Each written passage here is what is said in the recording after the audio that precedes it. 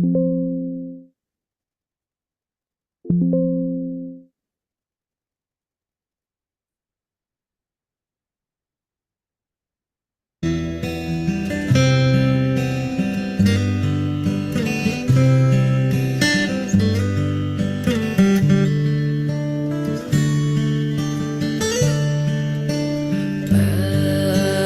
nosso que estás no céu, santificado seja o teu nome.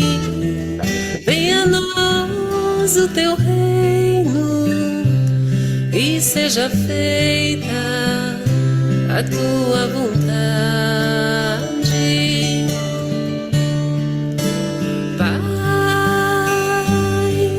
Meu Pai do céu, eu quase me esqueci que o teu amor vela por mim, que o teu amor vela por mim, e seja feito assim.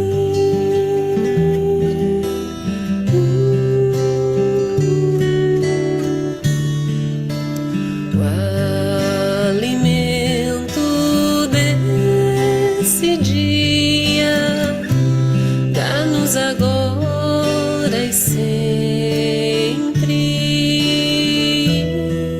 e perdoa as nossas ofensas de um modo maior do que perdoamos. Pai, meu Pai do céu, eu quase me esqueci que o teu amor vela por mim, que o teu amor vela por mim, e seja feito assim.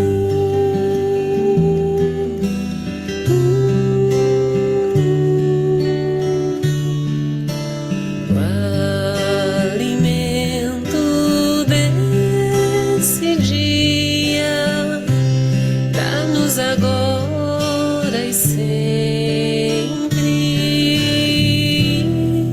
e perdoa as nossas ofensas de um modo maior do que perdoamos.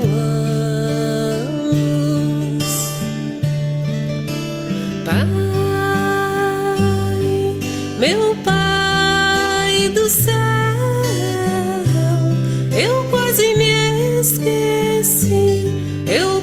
me esqueci que o teu amor vela por mim, que o teu amor vela por mim, e seja feito assim.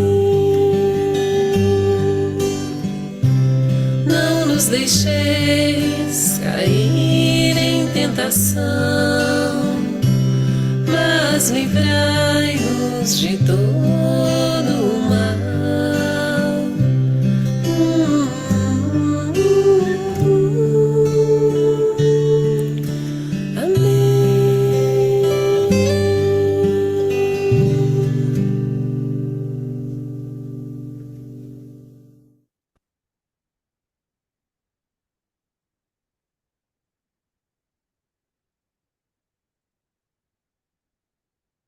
Boa noite a todos, sejam muito bem-vindos ao posto de assistência espiritual Bezerra de Menezes, o Pai é Bem. Eu sou Valéria, estou com óculos, com armação preta, estou de cabelo preso, de coque, e estou com uma camiseta de malha roxa, que é uma cor que eu gosto muito. Antes de fazermos a prece inicial, nós vamos ler do livro Evangelho segundo o Espiritismo, no capítulo 2, um pedacinho que fala sobre a vida futura. O item 2, que diz assim: por essas palavras, Jesus claramente se refere à vida futura, quando ele fala de meu reino não é deste mundo. que ele apresenta em todas as circunstâncias como a meta a que a humanidade irá ter e como devendo constituir objeto das maiores preocupações do homem na Terra. Todas as suas máximas se reportam a esse grande princípio.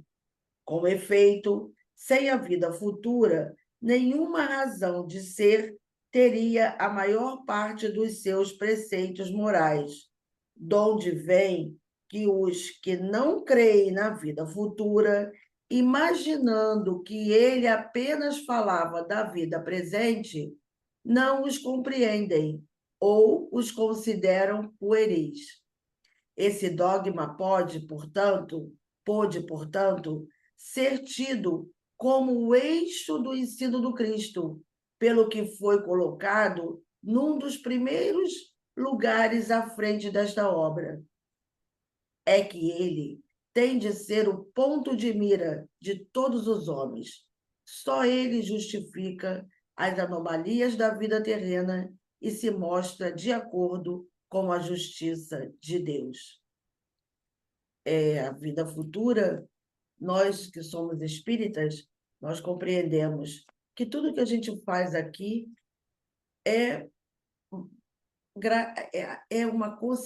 será uma consequência na nossa vida futura. Nós acreditamos piamente nisso, que a vida continua. Então, essa vida futura, ela dependerá muito da nossa vida presente. E a gente tem ouvido muito e fala muito sobre a nossa melhor encarnação. Essa, sem dúvida nenhuma, é a nossa melhor encarnação. Mas eu costumo falar que não só é a melhor encarnação, como nós já melhoramos. Estamos tentando melhorar ainda mais, mas se a gente parar para pensar, 20 anos atrás, o que a gente fazia, e nessa mesma encarnação, na encarnação atual, que a gente não faz mais, é uma grande coisa. Nós já modificamos muito, bastante nessa encarnação. E é assim que deve ser, que precisa ser. Nós, graças a Deus, apesar de precisarmos estudar muito e sempre, já temos essa compreensão. Isso não significa que nós já sabemos alguma coisa, isso não significa que nós estamos aptos a tudo, não. Nós ainda estamos aprendendo e estudando, mas é preciso que a gente vivencie o Evangelho, como Alcione fala em Renúncia, aplicando o Evangelho todos os dias em nossa vida, sentindo o Evangelho. E hoje, e por falar em sentir e aplicar, nós vamos fazer a nossa prece para depois eu apresentar o nosso querido amigo que vai nos falar hoje. Então, meus irmãos, vamos agora, com o coração cheio de alegria, agradecer a essa oportunidade de estarmos aqui nessa noite, no Pai e Bem. Todos lá estão presencialmente, nós aqui virtualmente numa gravação, mas todos que estarão em casa nos assistindo, que cada casa, cada lar possa ser um ponto de luz. As nossas casas, nós que estamos aqui agora, e todos os locais. Que esse Jesus maravilhoso, nosso irmão, guia e modelo, que Deus, nosso Pai, Criador de todas as coisas, que Maria de Nazaré, nossa mãe querida, nossa mãe santíssima, que ela esteja sempre presente conosco, nos intuindo, nos ajudando, nos auxiliando. E que Dr. Bezerra, mentor da nossa casa, mentor do Pai e Bem, eu penso sempre, eu falo que Dr. Bezerra é a conexão no trabalho de Jesus, em todas as casas, ele está lá. Então, que ele possa, com seus médicos, seus auxiliares, sua equipe de biomédicos, de enfermeiros, junto com os outros espíritos, que eles possam trazer tudo o que a gente precisa para a gente continuar Não queremos muito, não. Só queremos coragem, força para continuar os nossos trabalhos aqui nessa terra. Que Jesus continue nos abençoando hoje e sempre, graças a Deus. E é com muita alegria que nós vamos receber aqui um querido amigo, Rodrigo Azevedo. Eu acho que ele só gravou uma palestra virtual para nós, mas agora nós vamos ter a possibilidade de falar com ele virtualmente. Então, Rodrigo Azevedo, seja muito bem-vindo. Ele vai falar hoje sobre o capítulo 11 do Evangelho segundo o Espiritismo, que é amar o próximo como a si mesmo. E tem tudo a ver a leitura inicial, falando sobre a vida futura, né? Amar o próximo, o amor precisa estar o tempo todo em nossa mente, em nossa vida, em nossas ações. Porque um dia, daqui a não sei quantas encarnações, não haverá mais religiões, porque o amor será praticado por todos nós. Olha que beleza. Então, Rodrigo Azevedo, ele vai falar para nós sobre o amor, amar ao próximo como a si mesmo. Então, seja bem-vindo, Rodrigo. E eu esqueço todas as vezes que eu falo com você, eu fiz a mesma coisa com seu pai. Eu vou falar o nome da casa e falo sempre errado. Então, você, por favor, se apresente e fale o nome da sua casa querida. Tudo bem, meus amigos? Uma boa noite a todos. É uma alegria muito grande estar com os amigos do Posto de Assistência Bezerra de Menezes. Valéria, eu gosto de dizer que eu sou do movimento espírita, né? São tantas casas que a gente frequenta e cada uma casa que eu vou fazer uma palestra, eu me sinto como parte integrante daquela casa. Eu me sinto parte integrante do Pai Bem, né? E de tantas outras que a gente vai falar aí ao longo da nossa vida. Eu estava estudando agora recentemente no Centro Espírita Miguel, mas por uma questão de mudança de endereço, eu vou ter que passar a estudar em uma outra casa que eu ainda estou definindo. Eu acredito que seja o Lar de Teresa, tá? É uma alegria muito grande estar com os companheiros do Pai Bem, do Posto de Assistência Bezerra de Menezes. Gostaríamos de agradecer a direção da casa, pois na condição de estagiários da vida, nós temos absoluta certeza de que a obra é do Cristo, mas a oportunidade de trabalho é toda nossa. Então, muito obrigado por mais essa oportunidade. A tarefa que nos cabe na noite de hoje, ela é bem tranquila, pois, além do tema ser de domínio público, né, eu acredito sinceramente que para os companheiros do nosso querido Pai Bem, é algo que já é fácil para nós praticarmos, né? Nós, como a Valéria já falou, nós iremos estudar o capítulo 11 do Evangelho segundo o Espiritismo. Amar ao próximo como a ti mesmo. É fácil, né? Vocês acham? Vejam, disse-nos Paulo de Társio, sendo repetido por Camões e mais recentemente por Renato Russo. Ainda que eu falasse a língua dos homens e a dos anjos, se eu não tiver o amor, eu nada serei. Certa feita, os fariseus, sabendo que ele havia calado os saduceus, reuniram-se. E um que era doutor da lei foi lhe propor a seguinte questão para o tentar: Mestre, qual é o maior mandamento da lei? E Jesus diz a eles: o primeiro, amarás a teu Deus de todo o teu coração e toda a tua alma. E o segundo, tão importante quanto o primeiro, amarás a teu próximo como a ti mesmo. Continuou o mestre: em verdade eu vos digo, esses dois mandamentos resumem todas as leis e todos os profetas. Vejam, meus amigos, Jesus vai resumir para os fariseus todas as leis e todos os profetas. Ele o faz em dois mandamentos: amarás a Deus, amarás ao próximo. Mas vejam que nos dois mandamentos nós temos um único verbo, que é o verbo amar. Então, nós podemos dizer que Jesus resumiu todas as leis e todos os profetas em uma única lei, que é a lei do amor. E a tarefa que nos cabe na noite de hoje é justamente nós estudarmos o segundo mandamento, que é tão importante quanto o primeiro. Qual é o primeiro? Amarás a teu Deus de todo o teu coração e toda a tua alma. E o segundo, que é semelhante ao primeiro: amarás ao próximo como a si mesmo. Quando eu tinha 20 anos de idade, eu tinha muitas certezas na vida. Surpreendentemente, ao chegar aos 40, eu passei essas certezas todas transformaram-se em dúvidas. E hoje tenho muito mais dúvidas do que certezas. Mas algo que eu posso afirmar sem medo de errar é que Jesus de Nazaré é o maior educador que já pisou no globo terreno. Por quê? Porque o Rabi, ele exemplificou tudo aquilo que falou. E Jesus, ele nos traz um instrumento pedagógico muito interessante, que são as parábolas. Porque a parábola ela tem um condão de, na medida em que nós vamos evoluindo moral, intelectual, espiritualmente, nós vamos conseguindo melhor compreendê-las. E no capítulo 11 do Evangelho segundo o Espiritismo, Amai ao próximo como a si mesmo, nós temos duas passagens que merecem a nossa atenção. Uma é uma parábola e o outro é um ato da vida do Cristo. Vamos começar então pela parábola. É a parábola dos credores e dos devedores. Disse-nos o Rabi: o reino dos céus é semelhante a um rei que resolveu tomar conta dos seus servos.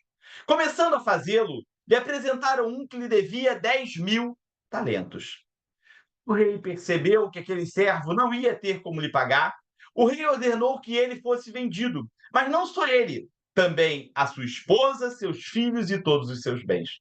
O servo, no entanto, lançou-se a seus pés, pedindo clemência, dizendo que ele tivesse um pouco de paciência e lhe desse um tempo que conseguiria tudo lhe pagar. O rei teve compaixão daquele servo e o deixou ir, perdoando toda a sua dívida. Ao sair do castelo, o servo perdoado encontra um companheiro que o devia 100 dinheiros.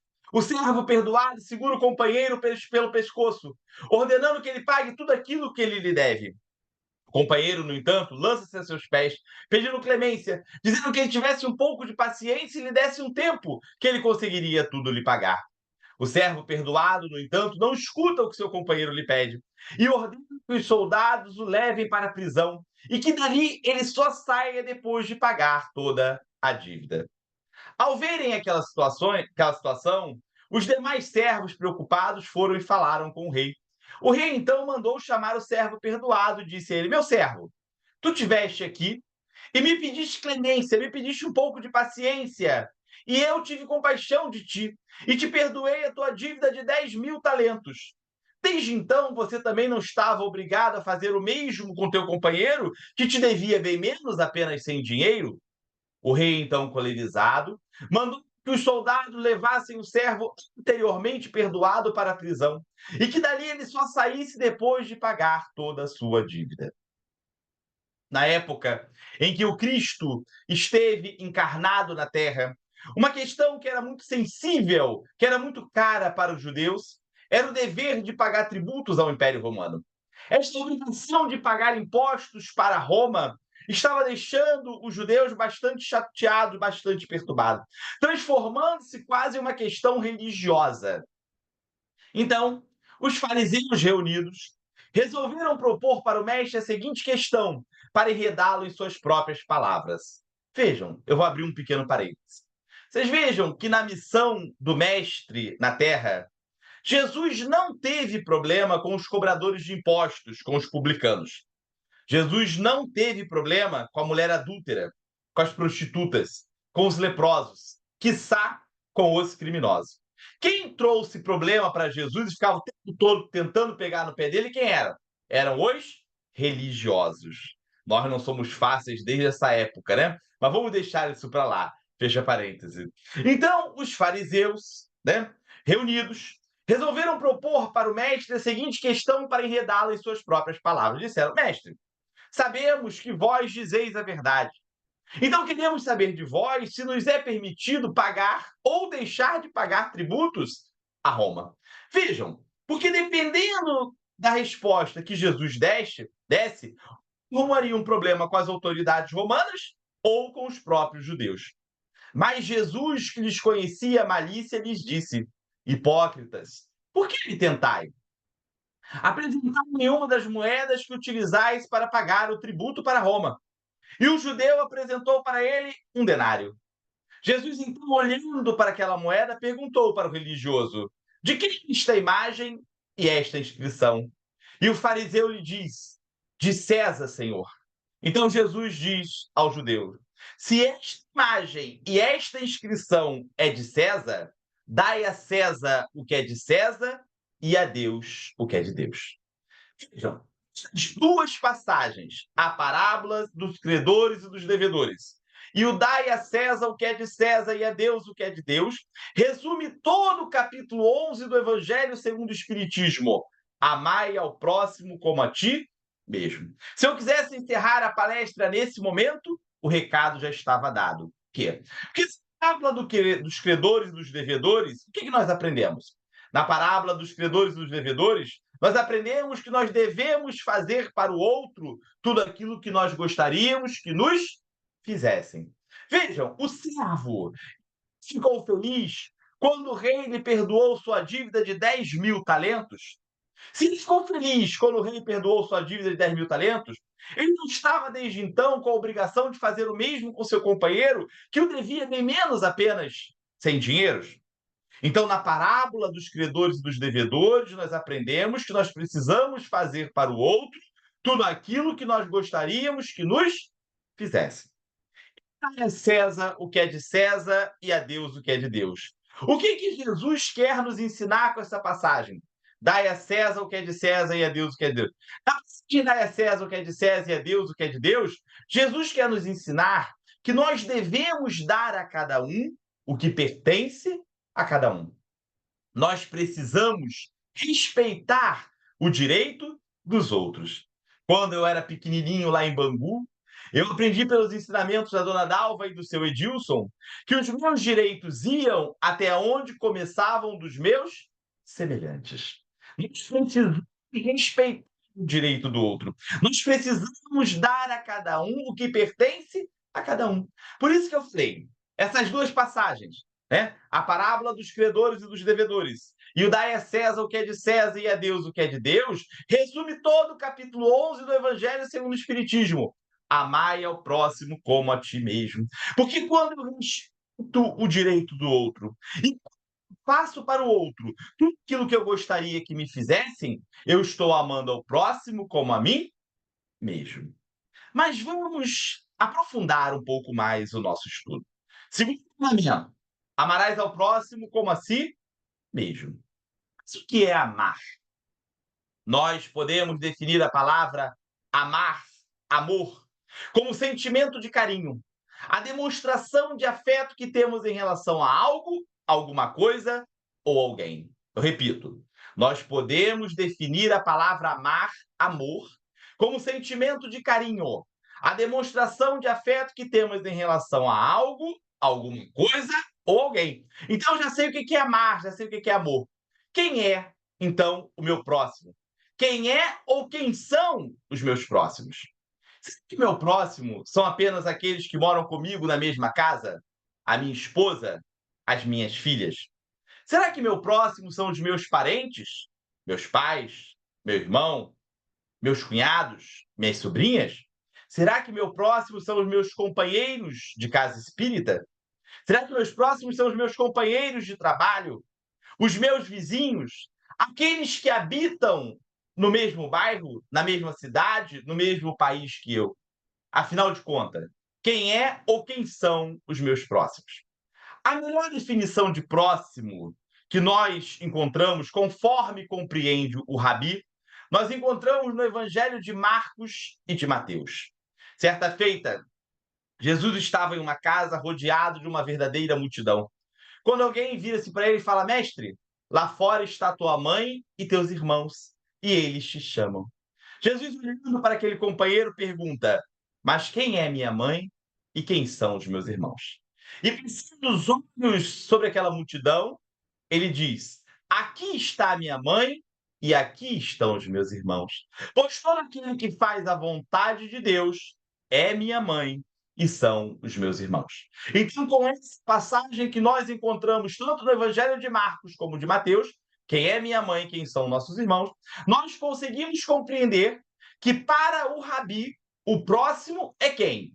É toda a família humana. Mas vejam, não é toda apenas a família humana terrena, é toda a família humana universal. Segundo o Espiritismo, nos diz que o amor é da essência de Deus. O amor é da essência de Deus. Então, eu pergunto aos amigos do Pai Bem, sendo o amor da essência de Deus, será que todos nós, seres humanos, que somos criaturas de Deus, será que todos nós amamos? No livro Nos Domínios da Mediunidade, nós temos o caso de José Maria. Um dia, quando André Luiz e Hilário acompanham o instrutor Aulo ao estudo do intercâmbio entre o mundo visível e invisível, ou seja, a mediunidade, eles adentrar no ambiente mediúnico pobre espírito adementado, que parecia ser um fidalgo antigo, repentinamente retirado do subsolo, pois a substância que o envolvia era uma substância escura e viscosa. Naquele rosto expressava-se o rancor, a maldade, a astúcia, o endurecimento, o que atemorizava as demais entidades que estavam ali para o tratamento. José Maria trazia na mão direita um chicote e blasfemava por estar ali contra sua vontade e indagava quem havia arrancado seus olhos. Maldizia ele as ideias revolucionárias do iluminismo e da Revolução Francesa, dizendo que tais ideias não chegariam à sua fazenda, pois venderia todos os escravizados alfabetizados. Afinal de contas, dizia ele, os reis e os nobres são os escolhidos de Deus. Cativos são cativos, senhores são senhores. E perguntava a ele, esses negros irão produzir sem um chicote no lombo? Matarei todos aqueles que tentarem fugir. Aulus esclarece a André e a Hilário que José Maria fora um fazendeiro desumano que habitou a terra na época do Brasil colônia, terrível algoz para os infelizes cativos que caíam em suas mãos. André Luiz percebe, no entanto, que José Maria estava cego. Um pequeno parênteses. Para os amigos do Pai Bem, que já tiveram a oportunidade de assistir uma palestra minha, sabem que na maioria das palestras eu sempre arrumo um jeito de trazer a história de um cego, né? O nome disso é reserva de mercado. Mas vamos deixar isso para lá, fecha parênteses. André Luiz pensou que José Maria estava cego. Então Aulus esclarece André e Hilário que José Maria, além de punir severamente todos os escravizados que tentavam conquistar a liberdade com o suplício do tronco, mandava arrancar os seus olhos. E aqueles que sobreviviam eram condenados às mandíbulas de cães ferozes de onde não tinham como escapar, pois estavam cegos. Aulus esclarece a André e a Hilário que José Maria desencarnou nos últimos dias do século XVIII, mas apesar de estar tanto tempo na pátria espiritual, ainda mantinha seu pensamento enterrado em sua fazenda, em sua riqueza, em seus escravizados. Eu tenho um amigo chamado André. André também é deficiente visual, é cego, né? Olha, outra reserva de mercado aí nas minhas palestras. E André é professor de História do município do Rio de Janeiro. Eu já até falei do André numa outra palestra minha, porque eu tenho esse mau hábito de falar da vida alheia, mas fiquem tranquilos, porque o André está ciente. E o André estava me contando que durante muito tempo ele trabalhou numa escola em Realengo. E durante um bom período, ele teve uma diretora de escola que era uma pessoa de muito difícil relacionamento. O relacionamento interpessoal com ela era muito complicado. Isso ia desde os alunos, passando pelos inspetores, mas principalmente em relação aos professores. Mas o André ficou sabendo de algo que o deixou muito intrigado. O André ficou sabendo que todos os dias, aquela diretora da escola chegava 1 hora antes da escola abrir, às 6 horas da manhã. Por quê? Porque em frente à escola tem uma praça. E naquela época, nessa praça, haviam muitos gatos abandonados. Então a diretora todos os dias chegava às 6 horas da manhã para levar água, comida e medicamento para aqueles pobres animais abandonados. Há 4 anos atrás, a minha filha mais velha, a Júlia, me apresentou a Netflix, dizendo, pai, olha, na Netflix tem alguns filmes, algumas séries com audiodescrição para você assistir. Este fato em minha vida teve um caráter ambíguo. Porque se por um lado foi muito bom, né, que eu tive com que me distrair, por outro lado, estou completamente viciado na Netflix. E hoje não consigo ir dormir sem antes assistir um episódio da série da vez. E passados quase 4 anos deste fato, eu praticamente já assisti todas as séries com audiodescrição em português e espanhol. E quando eu estava me preparando para a palestra da noite de hoje, eu me recordei de uma série que eu já assisti um certo tempo, chamado Narcos, em que o brilhante ator brasileiro Wagner Moura interpreta a figura histórica do sanguinário narcotraficante Pablo Escobar. Por que você lembrou dessa série Narcos quando estava preparando a palestra do capítulo 11 do Evangelho segundo o Espiritismo? Amai ao próximo como a ti mesmo. Não é de conhecimento de todos, Pablo Escobar assassinou centenas de pessoas na Colômbia. Mas nós podemos perceber, ao assistir essa série, que Pablo Escobar amava profundamente a sua esposa, a Tata, seus filhos e sua mãe. Então, eu volto à pergunta anterior para os amigos, né?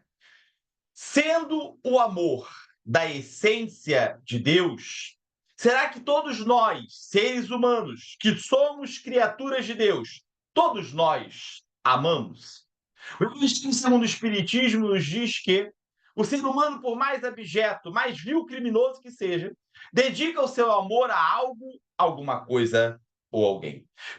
Definir a palavra amor, amar, eu disse que o amor é o sentimento de carinho, a demonstração de afeto que temos em relação a algo, alguma coisa ou alguém. No livro dos Famílios da Mediunidade, José Maria amava o ouro. A diretora da escola amava os animais. Pablo Escobar amava a sua família. Porque também o Evangelho nos diz, nesse capítulo 11, que quando nós somos criados, lá atrás, simples e ignorantes, nós somos muito mais instinto. À medida em que nós vamos evoluindo intelectualmente, nós vamos passando a ter sensações. E na medida que nós vamos evoluindo moralmente, nós vamos passando a ter sentimentos. E todo ser humano ama. Claro que o nosso amor não está no patamar do amor de Jesus. O nosso amor é aquele amor que Chico Chico cantou em sua belíssima canção. Aquele amor parcelado em 10 vezes sem juros. O sentimento contrário ao amor, à caridade, é o egoísmo. No livro Obreiros da Vida Eterna, nós temos o caso de Dimas. Um dia, quando André Luiz acompanha o instrutor Jerônimo no desenlace de alguns companheiros na Terra, conhece o caso Dimas. E André Luiz, como ele é muito curioso, né, perguntou para Jerônimo: mas Dimas está retornando para a pátria espiritual no tempo adequado? O que André queria saber? Se Dimas havia permanecido na Terra todo o tempo que estava programado. E Jerônimo diz que não, André. Dimas está voltando um pouco antes para a pátria espiritual, o que deixou André Luiz muito intrigado, pois André Luiz também retornou um pouco antes para a pátria espiritual. E ao chegar na pátria espiritual, ele foi parar aonde? No umbral, né? Ali permanecendo por 8 anos, conforme nos é narrado no livro O Nosso Lar, porque André Luiz foi considerado um suicida inconsciente. Então André ficou muito intrigado. Ei, se eu, que voltei um pouco antes para a pátria espiritual, fui parar no umbral por 8 anos, pois fui considerado um suicida inconsciente, por que Dimas estava tendo toda essa consideração do mundo espiritual? Então André Luiz pergunta para Jerônimo: Jerônimo, se Dimas está voltando um pouco antes para a pátria espiritual, ele também não terá desperdiçado parte do tempo que tinha para estar encarnado? E não será considerado como eu um suicida inconsciente? E Jerônimo, que é um espírito muito mais educado que eu, né, um espírito superior, para não constranger André Luiz, o que ele fala? André, eu não conheço particularidades do teu caso. Até conhecia, mas preferiu deixar para lá. Mas no caso de Dimas, ele está voltando um pouco antes para a pátria espiritual devido à vida de sacrifício que ele sempre foi exposto. Dimas reencarnou numa família muito humilde, né? Mas sempre garantiu a própria subsistência de sua família com enorme despesa de energia. Mas mesmo assim, sempre encontrou tempo e recurso para assistir os menos favorecidos. O que muito diferia da situação de André Luiz. Porque André Luiz perdeu parte do tempo que tinha para estar encarnado com excessos de toda a ordem. O sentimento contrário ao amor, à caridade, é o egoísmo. O Evangelho segundo o Espiritismo nos diz que o egoísmo é o grande chaga da humanidade. O egoísmo é o obstáculo para o progresso moral da humanidade. O egoísmo é o alvo para o qual todos os verdadeiros cristãos devemos apontar as nossas armas, concentrar os nossos esforços. Eu repito, o sentimento contrário ao amor, à caridade é o egoísmo. O egoísmo é o grande chaga da humanidade. O egoísmo é o obstáculo para o progresso moral da humanidade. O egoísmo é o alvo para o qual todos os verdadeiros cristãos devemos apontar as nossas armas, concentrar os nossos esforços. No octódromo da evolução, o nosso maior, ou melhor, o nosso único adversário quem é? Somos nós mesmos. No octódromo da evolução, o nosso maior adversário é o homem velho, que ainda persiste em existir dentro de cada um de nós. Aquele homem velho, egoísta, orgulhoso e vaidoso. O Evangelho segundo o Espiritismo nos diz que Jesus foi o maior exemplo de amor e caridade. E Pôncio Pilatos, o do egoísmo. Porque o que fez Pôncio Pilatos? Pôncio Pilatos sabia que Jesus não era nenhum criminoso, que era um homem bom, que era um homem justo. E ele anima-se a dizer isso para os judeus. Olha, vocês querem crucificar esse homem? Mas esse homem não cometeu crime algum, ele é um homem bom, ele é um homem justo. Mas como os religiosos, nós insistimos na crucificação do Rabi, o que fez Pôncio Pilatos? Lavou as mãos. O que pensou Pôncio Pilatos? Bem, não sou eu que vou morrer. Não sou eu que estou condenando, como dizem os jovens, estou nem aí. Estou nem aí. Eu não vou morrer, eu não vou condenar, então isto não é problema meu. Por essa razão é que o Evangelho segundo o Espiritismo nos diz, se por um lado Jesus foi o maior exemplo de amor e caridade, Pôncio Pilatos foi o do egoísmo. Porque Pilatos lavou as mãos, mesmo podendo impedir a crucificação do Rabi, né? Ele não fez nada, achando que aquilo não era problema seu. Segundo o Espiritismo, nos diz que, além do egoísmo pessoal, do egoísmo individual, nós temos o egoísmo de família, nós temos o egoísmo de casta, de raça, de nação. E é impressionante, meus amigos, como em pleno ano de 2025, nós vemos ainda hoje importantes líderes de nações no planeta Terra fomentando a xenofobia, tratando imigrantes como verdadeiros criminosos, recusando-se em receber refugiados de tragédias humanitárias de toda a ordem. Parece que nós não aprendemos nada com o exemplo do Império Romano.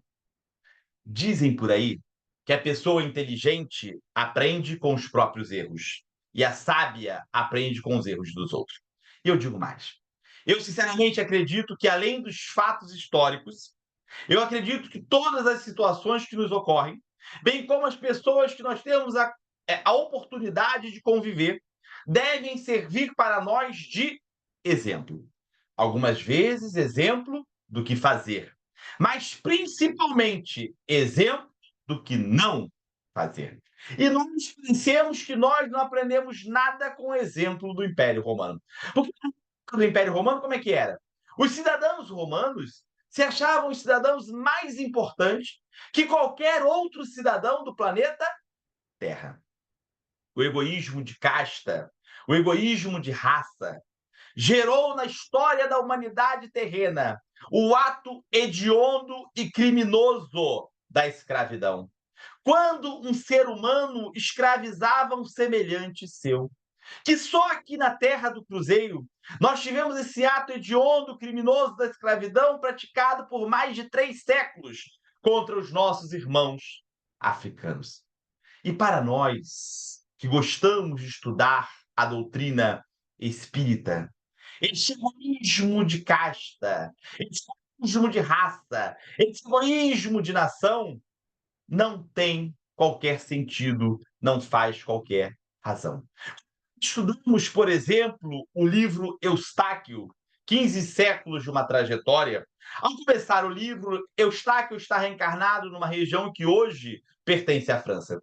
Depois ele reencarna na Itália, depois volta a reencarnar na Itália, depois ele reencarna na França, reencarna na Inglaterra e chega até a encarnar aqui no Brasil, como povos originários.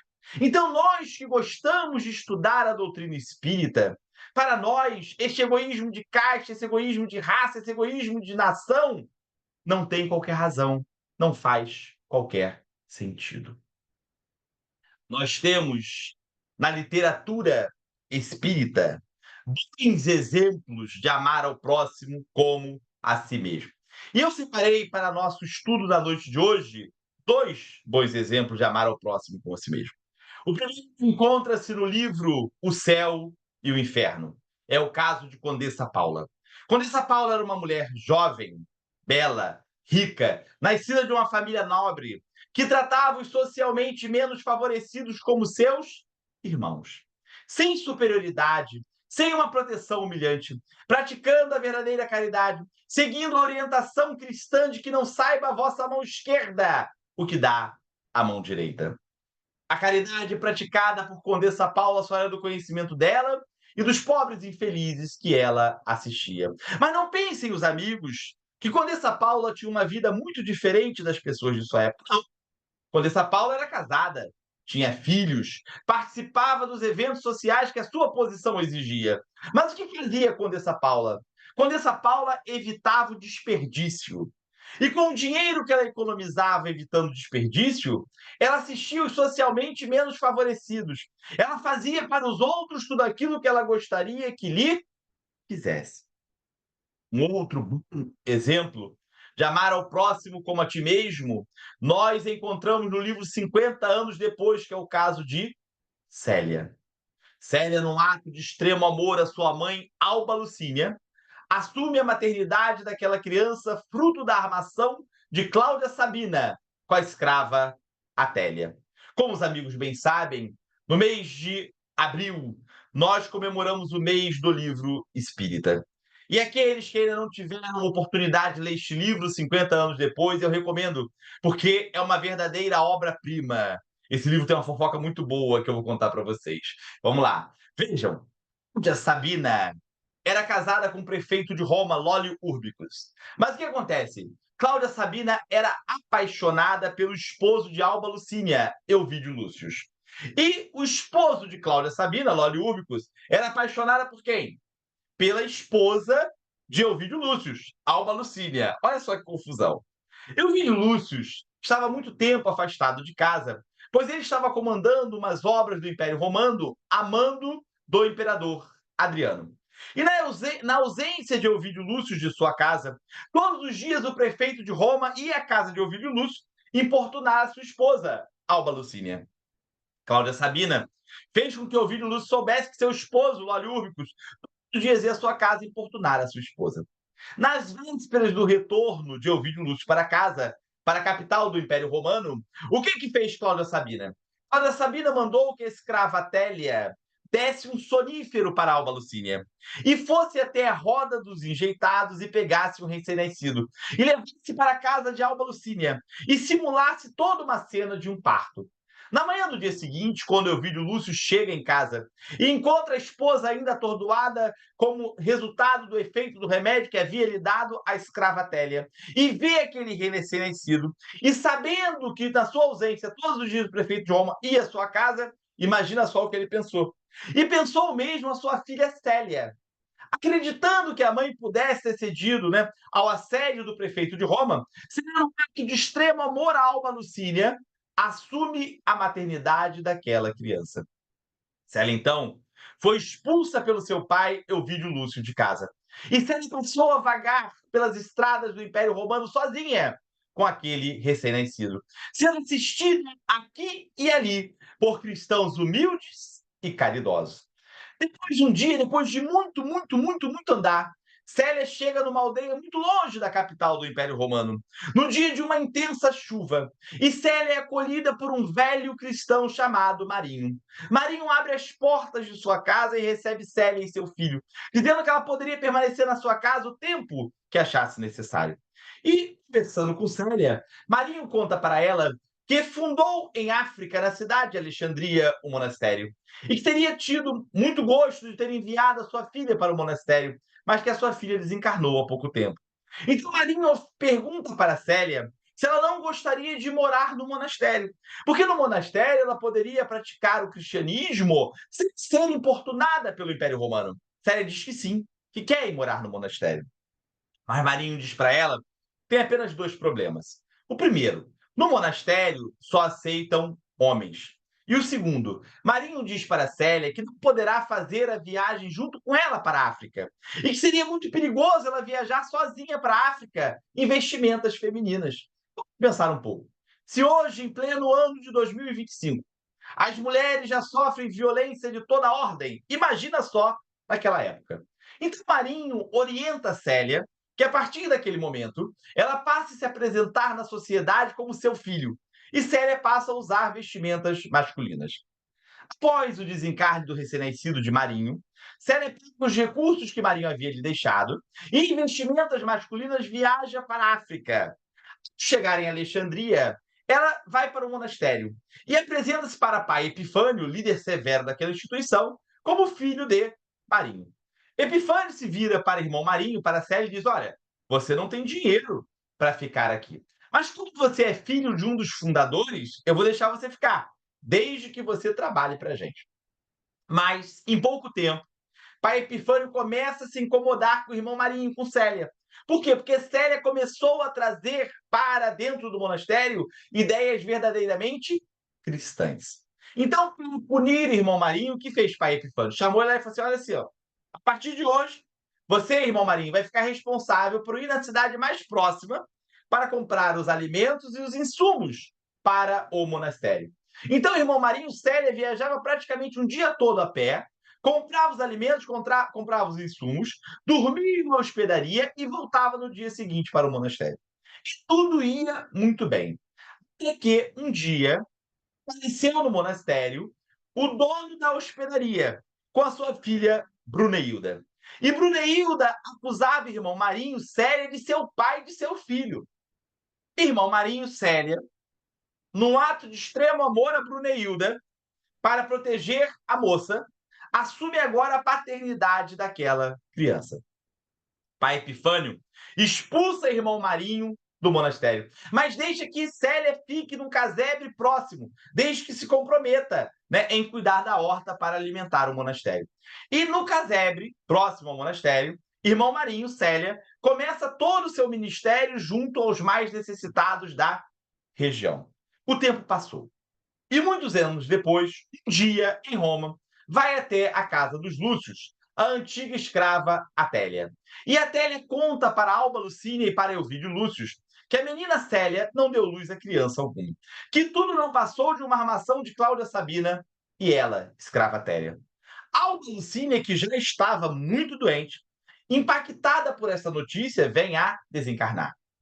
Se soube que Célia não havia dado luz a criança alguma, Elvídio Lúcius não poupou esforços para tentar localizar a filha, sem sucesso. E ele já estava muito desiludido, porque ele não conseguia achar a filha. Com a morte de Alba Lucínia, ele se sentia muito sozinho.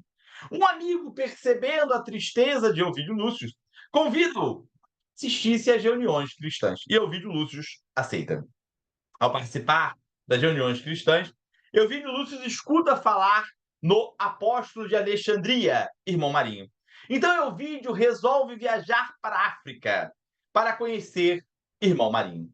Ao chegar em Alexandria, no casebre de irmão Marinho, Marinho estava fazendo uma palestra para os seus vizinhos. Ao ver irmão Marinho, Elvídio Lúcius tem a impressão de conhecer aquela pessoa. Ao ver o pai, Célia se emociona, né? E tem o impulso de correr até ele, abraçá-lo, se revelar, dizer que lhe perdoa. Mas algo o impede. E Célia não se revela para o pai. Elvídio Lúcius passa alguns dias ali na casa de irmão Marinho. E Célia aproveita para aconselhar seu pai, dizendo que ele volte a Roma e tente resolver as coisas. que, afinal de contas, como nos ensinou o nosso querido Chico Xavier, não dá para fazer um novo começo, mas dá para começar um novo fim. E assim Elvídio Lúcio fez. Ele retorna a Roma e diz para sua outra filha Elvídia e para seu genro Caio Fabrício que irá libertar todos os seus escravos e doar 2/3 de sua fortuna para os mais necessitados, preservando apenas 1/3 da fortuna que seria da outra filha, Elvídia. Após tudo realizar, né, libertar os escravos, doar 2/3 da fortuna, Elvídio Lúcio está muito doente. Mas ele diz à sua filha Elvídia e seu genro Caio Fabrício que gostaria de voltar para a África, pois não gostaria de morrer sem antes reencontrar irmão Marinho. Ao chegar em Alexandria, Célia já estava nos seus últimos dias, mas ela teve tempo de se revelar ao pai e dizer que lhe perdoava. 2 bons exemplos de amar ao próximo como a si mesmo, que nós temos na literatura espírita, nós encontramos no livro O Céu e o Inferno e 50 anos depois. Condessa Paula, apesar de ser uma mulher jovem, bela, rica, nascida de uma família muito nobre, ela preocupava-se com os socialmente menos favorecidos. Tratava-os como irmão, sem superioridade, sem uma proteção humilhante, praticando a verdadeira caridade, seguindo a orientação cristã que nos diz que não saiba a vossa mão esquerda o que dá à direita.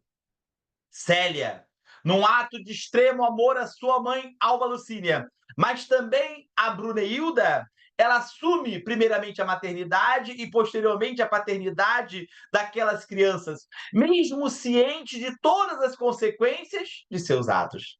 Condessa Paula e Célia faziam para os outros tudo aquilo que gostariam que lhe fizessem.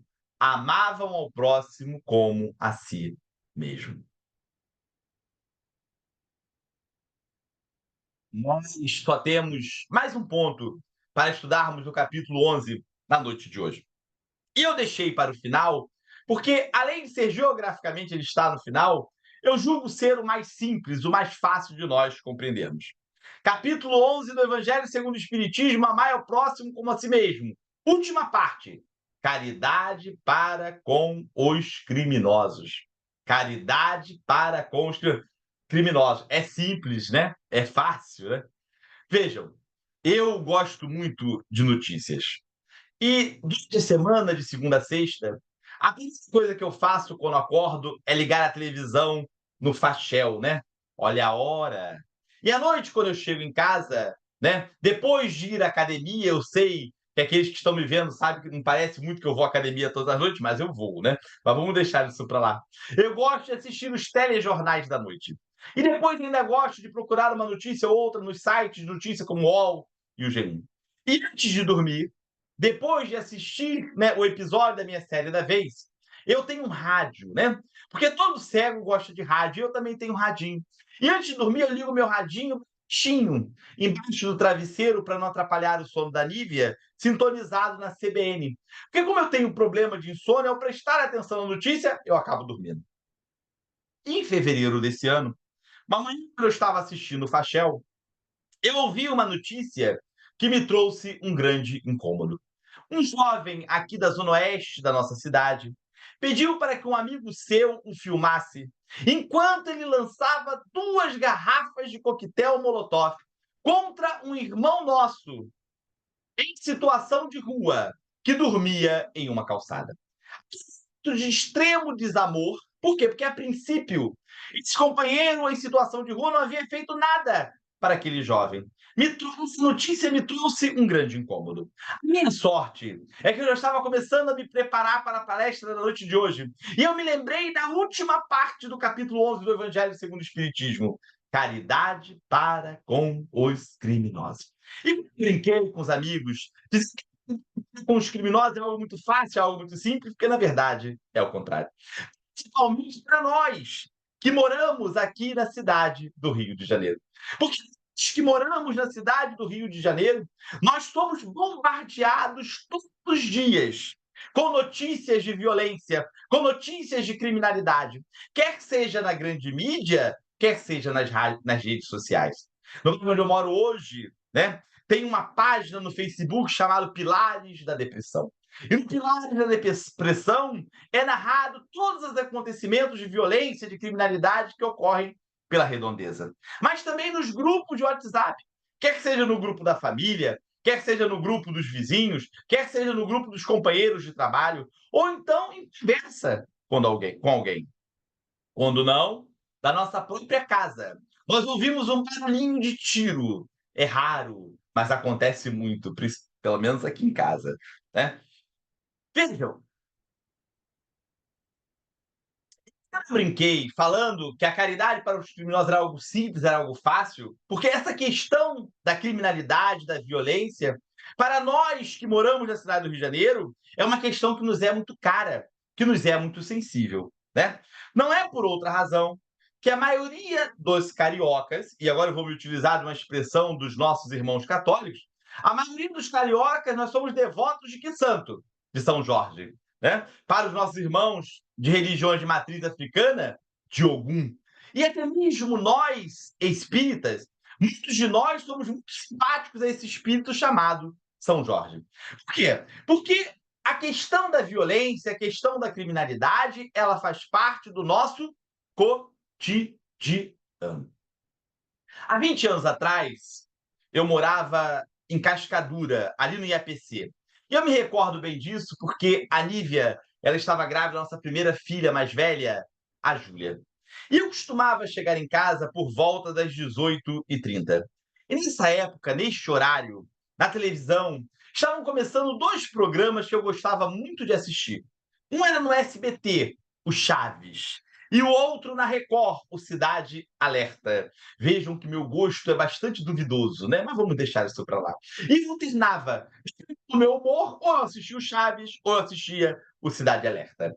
Eu recordo que naquela época apresentava o Cidade Alerta um repórter que já veio a desencarnar, que ele gostava de dizer uma frase que já me trazia um grande incômodo, apesar de ainda não ser espírita. Esse repórter gostava de dizer a seguinte frase: bandido bom é bandido morto. A frase bandido bom é bandido morto, ela me trazia um certo incômodo. Porque bandido bom é bandido morto, ela é uma frase anticristã. Nós estamos estudando o capítulo 11 do Evangelho segundo o Espiritismo. Amai ao próximo como a ti mesmo. Última parte. Caridade para com os criminosos. O Evangelho segundo o Espiritismo nos diz que o mais terrível dos criminosos é tão nosso irmão como o melhor dos homens. O mais terrível dos criminosos é tão nosso irmão como Jesus. E o Evangelho, segundo o Espiritismo, nos recomenda que nós evitamos julgar os nossos irmãos, os nossos companheiros. Que é, o seguinte, né, de violência, de criminalidade, que hoje nós ficamos indignados, que hoje nós nos revoltamos, quem nos garante que num passado não muito longínquo, num passado recente, nós não praticamos algo igual ou até mesmo pior? Eu preciso recordar aos amigos que, graças, né, à suprema bondade e sabedoria do Criador, nós não temos acesso às nossas encarnações anteriores. Um dia, eu estava fazendo uma palestra numa casa espírita e, ao terminar, um companheiro veio falar comigo e falou: Rodrigo, eu sou terapeuta. Eu falei: legal. Eu trabalho fazendo regressão. Eu falei: mas que bacana.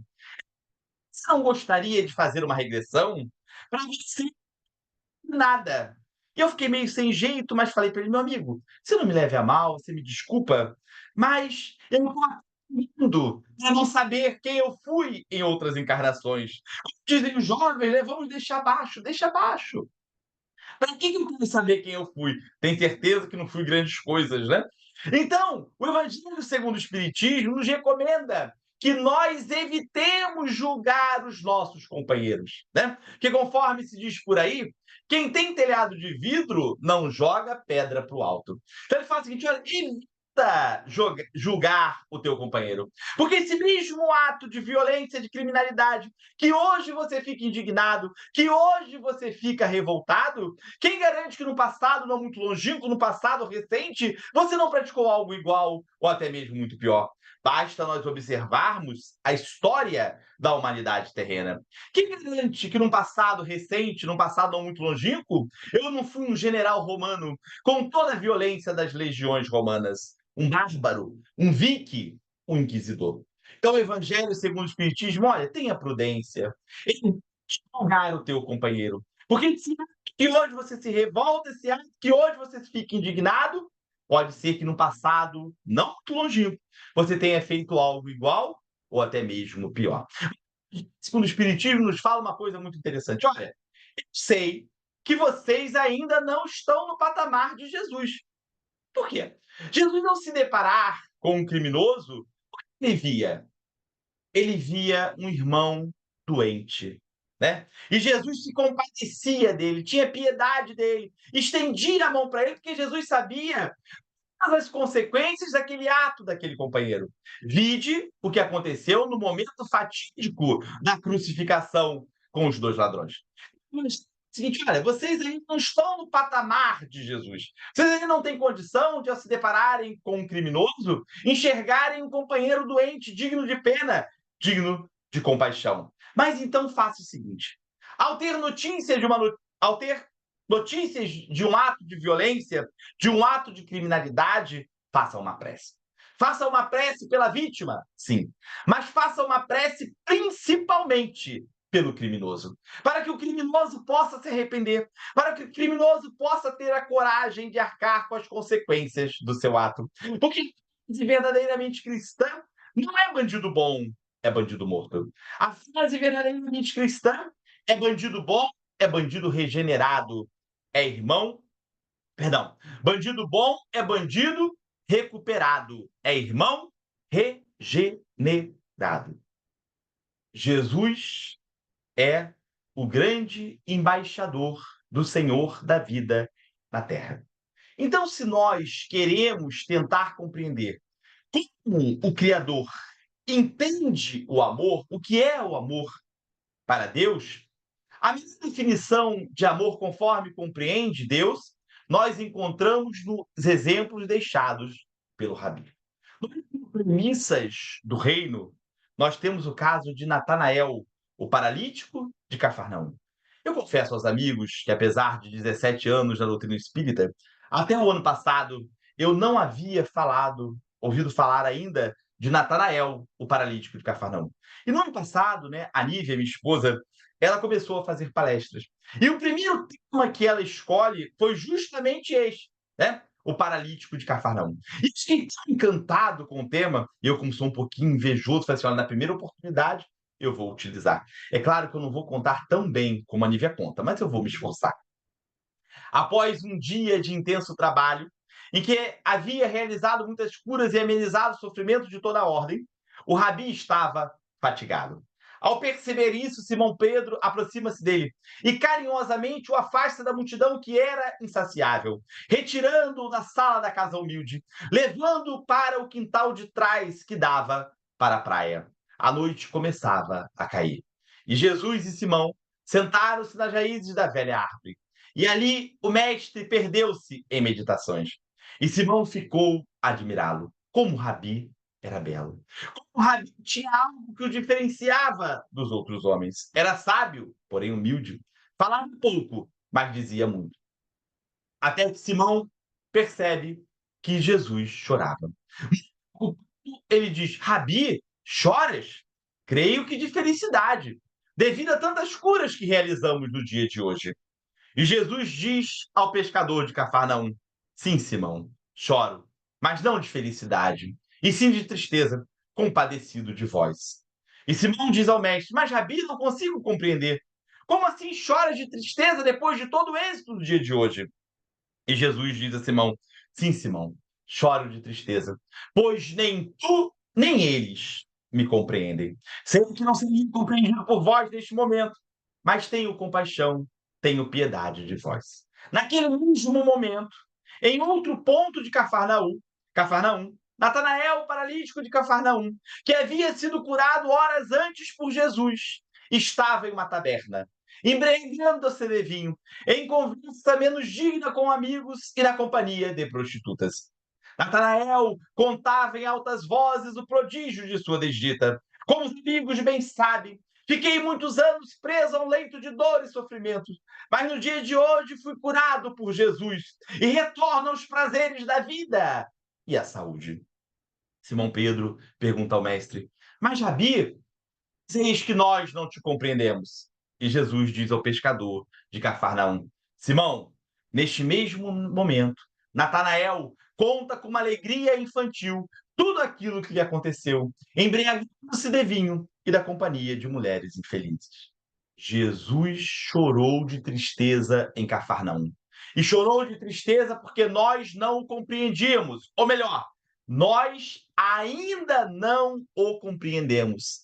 Amai ao próximo como a si mesmo. E por compreendê-lo, olha o quanto nós já sofremos. Nós tivemos a perseguição e morte dos primeiros cristãos, as cruzadas, o Santo Ofício, o absolutismo, o imperialismo, a Guerra Mundial, a Segunda Guerra Mundial, os horrores do nazifascismo. E nós ainda sofremos por não compreendê-lo. Amai ao próximo como a ti mesmo. Disse-nos o poeta popular: para termos paz na terra, basta repartirmos melhor o pão. Enquanto nós não nos sensibilizarmos com o sofrimento dos outros, enquanto nós não compreendermos que não basta que eu esteja bem, que a minha família esteja bem, que os meus vizinhos estejam bem, nós não temos no planeta Terra descanso, tranquilidade, quiçá segurança. Basta nós observarmos o que está acontecendo nos dias de hoje. Nós temos a guerra na Ucrânia, a guerra em Gaza, a guerra na Síria e toda a violência que assola a nossa cidade. Por isso que Jesus chorou de tristeza em Cafarnaum, pois nós ainda não o compreendemos. Amai ao próximo como a ti mesmo. Eu sei, meus amigos, que ainda é muito difícil para nós fazermos para o outro tudo aquilo que nós gostaríamos que nos fizessem. Mas que a partir da noite de hoje nós possamos dar o primeiro passo. Mas qual é o primeiro passo, Rodrigo? É não fazer para o outro aquilo que eu não gostaria que me fizessem.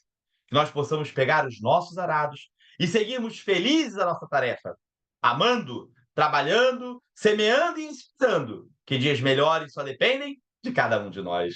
Muito obrigado pela caridade de ter me ouvido na noite de hoje. Muita luz, muita paz a todos. E eu, sinceramente, agradeço mais uma vez a direção do Pai Bem por mais esta oportunidade. Muito obrigado, Valéria.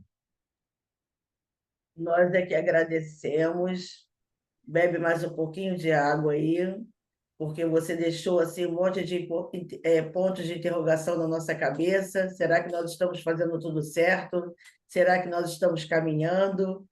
E aí, mas eu tenho que falar uma coisa, que eu iniciei falando que de 20 anos para cá nós já melhoramos muito.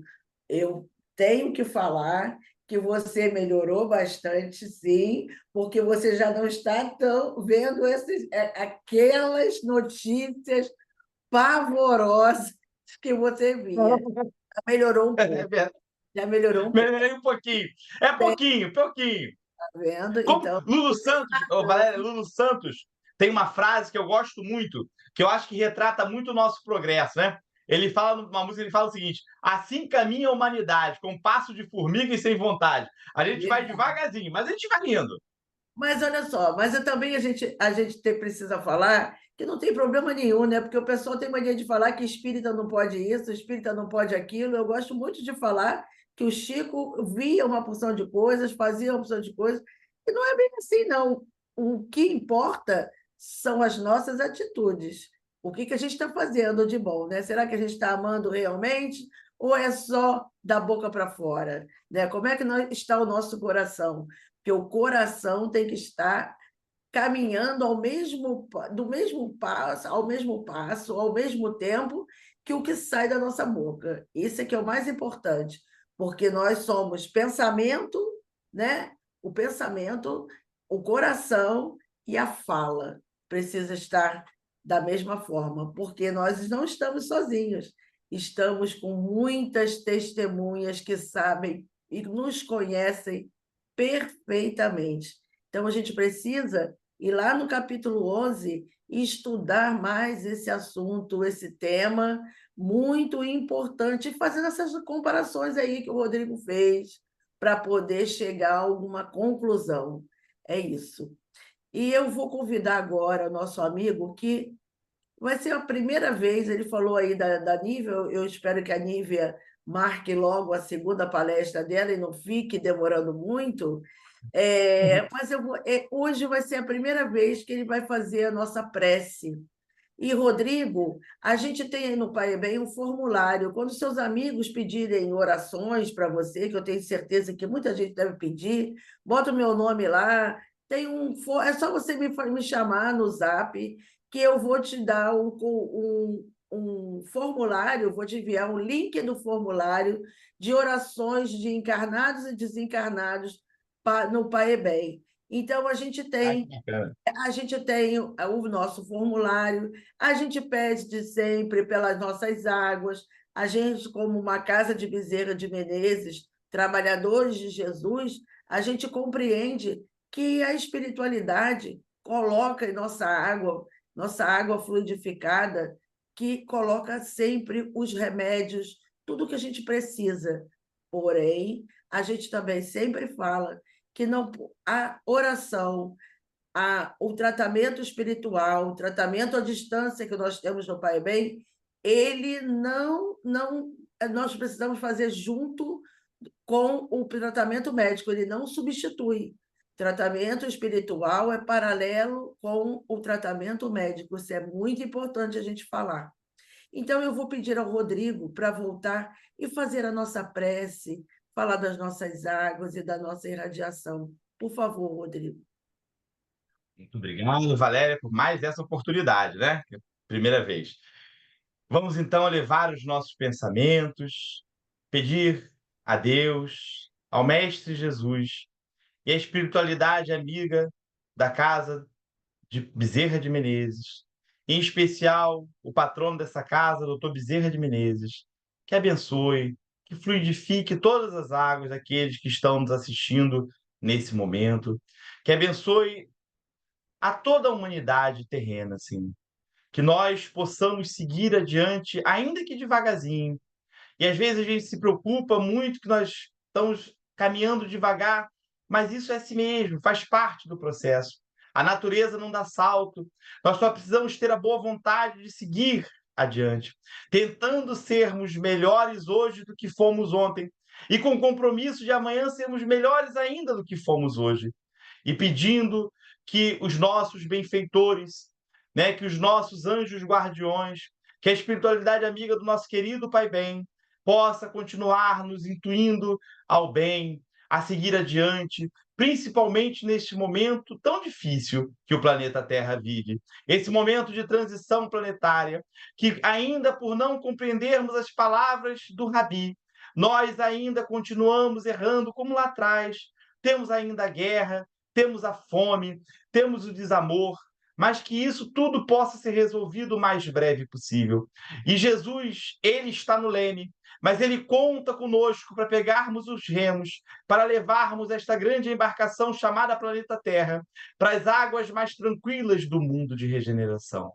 Então, que nós possamos ter uma semana de paz, uma semana de tranquilidade, e que na semana que vem possamos estar aqui mais uma vez no nosso querido Centro Espírita Posto de Assistência Bezerra de Menezes, nosso querido Pai Bem. Que assim seja, graças a Deus. Graças a Deus. Uma boa noite a todos. Muito obrigada, Rodrigo. Você hoje estava... Muito obrigado. Muito obrigado por mais essa oportunidade, Valéria. Eu só agradeço, Pai Bem. Letícia, obrigada a todos aí. E eu renomeei você que estava lá, Nívia Damiana, mas o nome dele não é Nívia Damiana, é Rodrigo. Minha esposa. É porque eu não sei se os amigos desse que a gente falou, mas eu sou deficiente visual também, né? E até vamos fazer uma audiodescrição. Eu sou um homem branco, né? De barba branca, cabelo branco, estou com a camisa branca também da Rádio Rio de Janeiro, fazendo propaganda da nossa rádio, querida Rádio Rio de Janeiro, aqui do Rio de Janeiro. Pois é, e eu que falo tanto de autodescrição, esqueci de falar de você. Olha só, que vergonha. Não, mas eu lembrei. Precisa Tá melhorar. ótimo. Um grande Um abraço, abraço, minha amiga. fica com Deus.